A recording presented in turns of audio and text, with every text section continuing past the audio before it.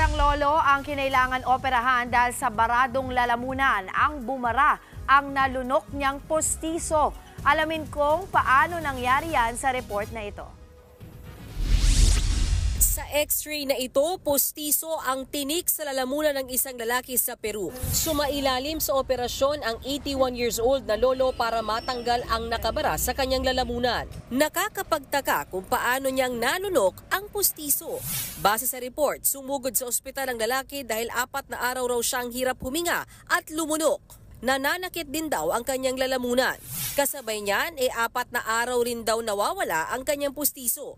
Nang suriin siya, dito na nga nakumpirmang nasa lalamunan niya ang sariling pustiso. Ayon sa mga doktor, nalulun niya ng matanda nang atakihin siya ng epilepsy. Sa ngayon, ligtas na ang lolo. Nakakahinga na siya ng maluwag at ika nga nila para siyang nabunutan ng tinik o pustiso sa lalamunan. Nagbabalita mula sa Frontline, Mean Los Baños, News 5. Mga kapatid, Dimples Romana po, kumpletuhin ang inyong umaga ng mga kwentong puno ng inspirasyon.